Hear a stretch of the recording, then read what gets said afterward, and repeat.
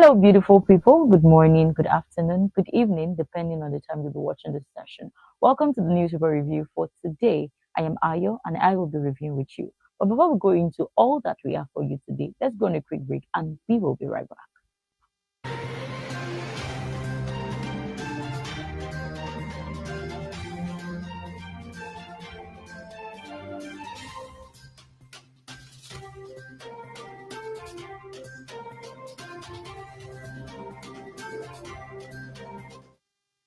Welcome back to the show. We have quite a number of things to be discussed with you today. First, from the funny names of the approved BDCs by CBN, you hear different names, strange names, and you are wondering where are we heading to? And then to Tinubu's convoy on a visit to Lagos yesterday um, to uh, uh, um,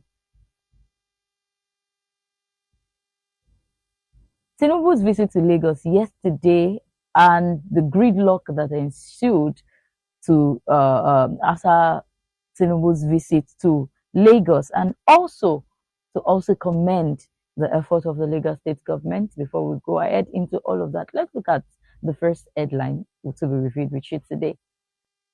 The first headline is taken from the cable and it says Deep Freezer Limited, Rice and Beans Limited, unusual names of CBN approved BDC operators. Nigeria's Bureau de Change market has grown significantly since 2005.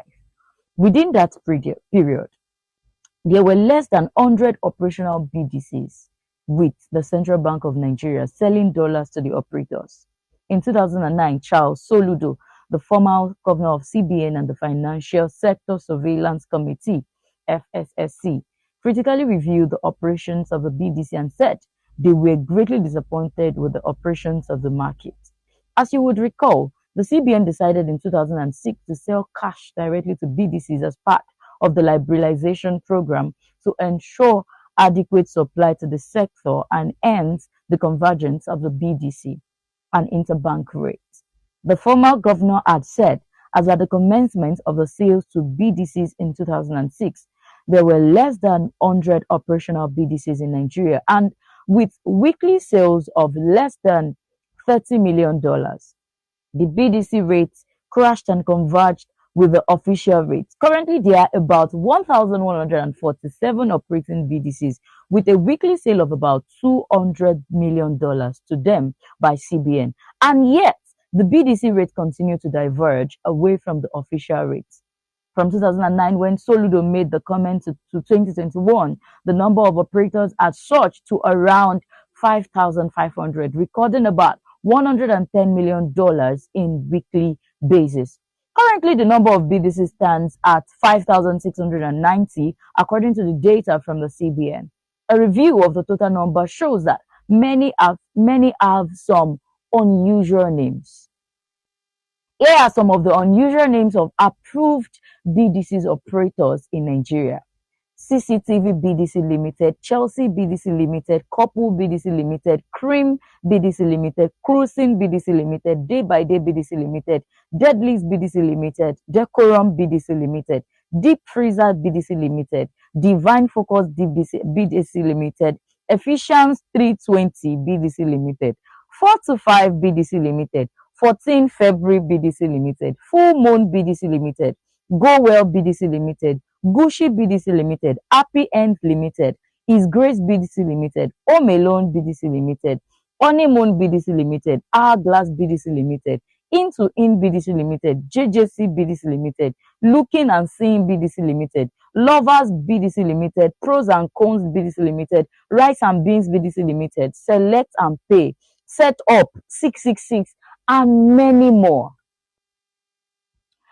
While reading through this, I was trying as much as possible to hold my laughter. Like, where have we landed again in this country? Imagine the name of a Bureau de Change, Rice and Beans Bureau de Change Limited, and we are wondering if what will be buying from these people is rice and beans, or will be they are going to be selling dollars or something. And we are wondering, there's another one that said it's February 14 BDC Limited. And we're wondering, maybe it is the Valentine, whatever, that led to the invention of that name. Maybe the person was high on Valentine or something. But there was 666, slowed down, you and me, young, free, and singles, 0 to 10 BDC. 10 by 20 times BDC Limited. And we are wondering if these are actually legit names of BDCs. Yet these names were approved by the CBN, and we are wondering what could really be wrong. Probably CBN did not even check the names of these BDCs before they went ahead to approve them. I mean, a name such as rice and beans is the weirdest of all the names we have seen so far. Rice and beans, like were the names not cross-checked before they were approved?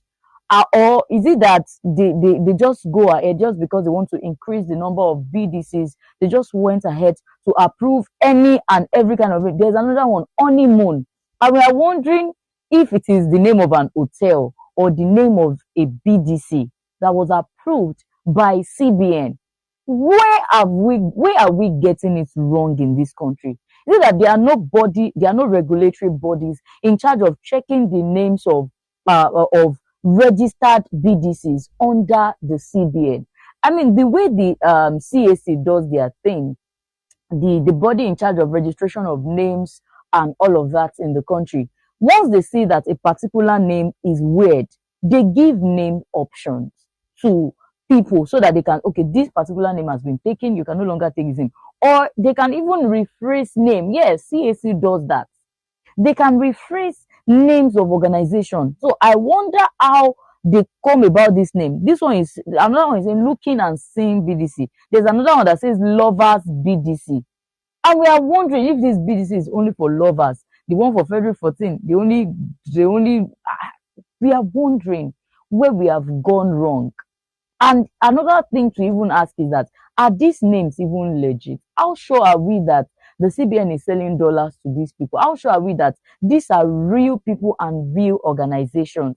How sure are we that all of these funny names are not just names that are incorporated under the approved names just so they can be gulping money out of the CBN? No, we can do better as a country. We can do better as a country. Another one is saying deep freezer. Where are we going to? Where are we going to? Another one is saying day by day, cruising. Cruising. Well, we should just end with the fact that even sometimes to some extent we can say this country is a cruise because we like to cruise everything. But as an individual, what do you think about the one that call himself Rice and Beans BDC Limited? What is your take on all of these names? You can do well to drop your opinion in the comment section. If you're watching us on Facebook at Prime Media TV, if you're watching us on Instagram, you can watch us at Prime Media Studio. If you're watching us on the website enginespeak.com, and if you are watching us on YouTube at Engine Speak, do well to drop your opinion. What is your take on these funny names of BDCs? Are they legit organizations that were approved, or they are just some lies that they scoop under CBN just so they can gulp money out of CBN? And the next headline to be reviewed with you today is the President Tinubu's convoy in Lagos yesterday. You need to see it. You need to watch this video. The number of vehicles that were trailing behind the president, and we are wondering if it is what is really happening. All because one person is visiting Lagos, the what is it called was shut down. The road was shut down. There was massive gridlock in the country, in Lagos. Or they want to come and just for a visit to the red line that was to be inaugurated, and we are wondering what is happening. And I want you to see it with your eyes. The video will be displayed on so that you can count the total number of convoys that followed just one person. So some Nigerians are saying that no, this is not the other convoys were with the other people that followed. The others were just friends and well wishers. But we counted a total number of 40 vehicles, and we are wondering, when Renan Mokre was saying that we should patronize we should buy Niger and patronize our Naira, patronize Innocent, patronize Boa, patronize Dangote, and all of that. And I'm wondering that among these 40 cars, that was what I counted, that was what we counted, most Nigerians counted it. Among these 40 vehicles, there was no single Innocent among these vehicles. They were Toyota, Prado, all these, and you're wondering like what is really happening. None of them were Innocent. None of them were Nigerian made cars. And we are wondering that if at all we want, yes, Nigerians will be saying that eh, do certain number of things for himself. But to some extent, if we want to patronize this country, it should start from the top. Let's see our leaders using made in Nigerian products. Then it will be easy for we, the followers, to say that we want to follow suit. But if our leaders are not even patronizing made in the country wares, they are not wearing their Babariga, they are not wearing their Isiagu, they are not wearing their Ashoke, but they are still wearing made in Italian suits. They're still wearing made in Italian fabrics. They are still driving Toyotas. Then how do we encourage the Nigerian made product? So he was here with his convoys to commission the red line yesterday, and it was a good one on his part. But we are just reacting to the fact that as a president, he should lead us by example. Probably if our president start driving Innocent, it will encourage other people to say, if that's one thing we love about BRF, the former governor of Lagos State. He ensured that the health sectors were working. He ensured that when he himself was down, he ensured that he patronized the health sector in Lagos. So that was a practical example as a leader that no, we are not asking you to do what we are not doing. We are asking you to do what we ourselves are saying. Perhaps if our president starts using innocent, then it will be easy for us to say, oh, our president is using it. Um let's also emulate what our president is doing. But another thing I want you to notice is that one full lane, if you watch that video very well, one full lane was blocked while the other one were free. And it is making me to wonder when we will stop giving preferential treatment in this country. When are we going to stop giving preferential treatment? Just because they should see, we should stop preparing ahead of important personnel coming into our country. Let them experience it for themselves. There is always massive traffic in the country. There is always massive traffic. As you can see, look at one part. It was totally blocked. Vehicles were not moving. Can we stop giving preferential treatment? That when our president or anybody is coming into Lagos, we will not block a particular. Yes, we may be looking at it that Nigerians will take advantage of it and all of that, but we ensure that security personnel were in place to ensure that nothing was wrong, to ensure that nothing go wrong and all of that, so that they can see what Lagosians are experiencing. They can say, okay, there's massive traffic in Lagos. How can we work on this? How can we work on that? Instead of giving preferential treatment. So a lot of Nigerians are saying that why give preferential treatment when all of these things they can see these things for themselves and they can decide to work on it.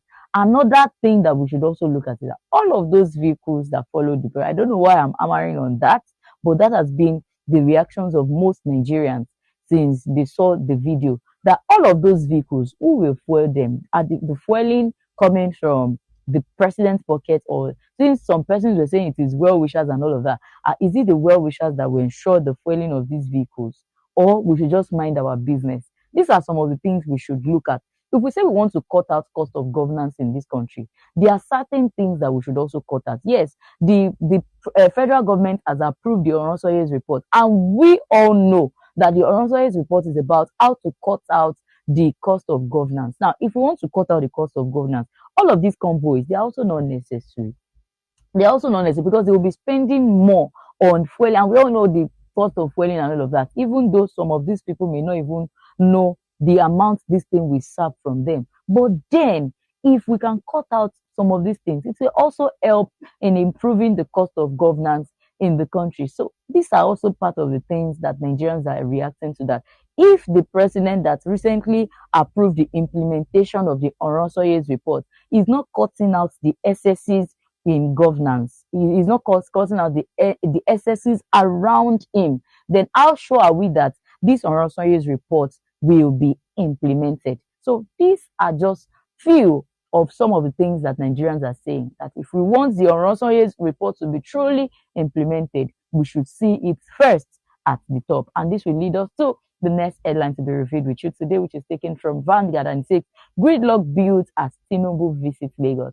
So the president visited Lagos to commission the red line, and there was massive traffic congestion as it was as you watch it in the video that was displayed earlier. There was massive traffic all over Lagos yesterday, and people are wondering, like, oh, because the president is visiting the country now, that means whenever the president is visiting the country, we should expect more traffic and all of that. So very quickly, let's look at the news in details. The gridlock as President Bola Tinubu visit Lagos State today, gridlock is already building up in major parts of the state. The gridlock is also on the road en route to Lagos Island and some other areas as a result of the closure of the third mainland bridge for repairs. Vanguard gathered that commuters spent longer hours in traffic on adjoining routes while trying to avoid taking the bridge on Wednesday following its closure for repairs. According to a statement signed by the Federal Controller of Works, Lagos State, Olukorede Kesha, on Monday, the closure of the bridge, which commenced at noon on Wednesday, February 28th, will last till noon today, Thursday, February 29th, 2024.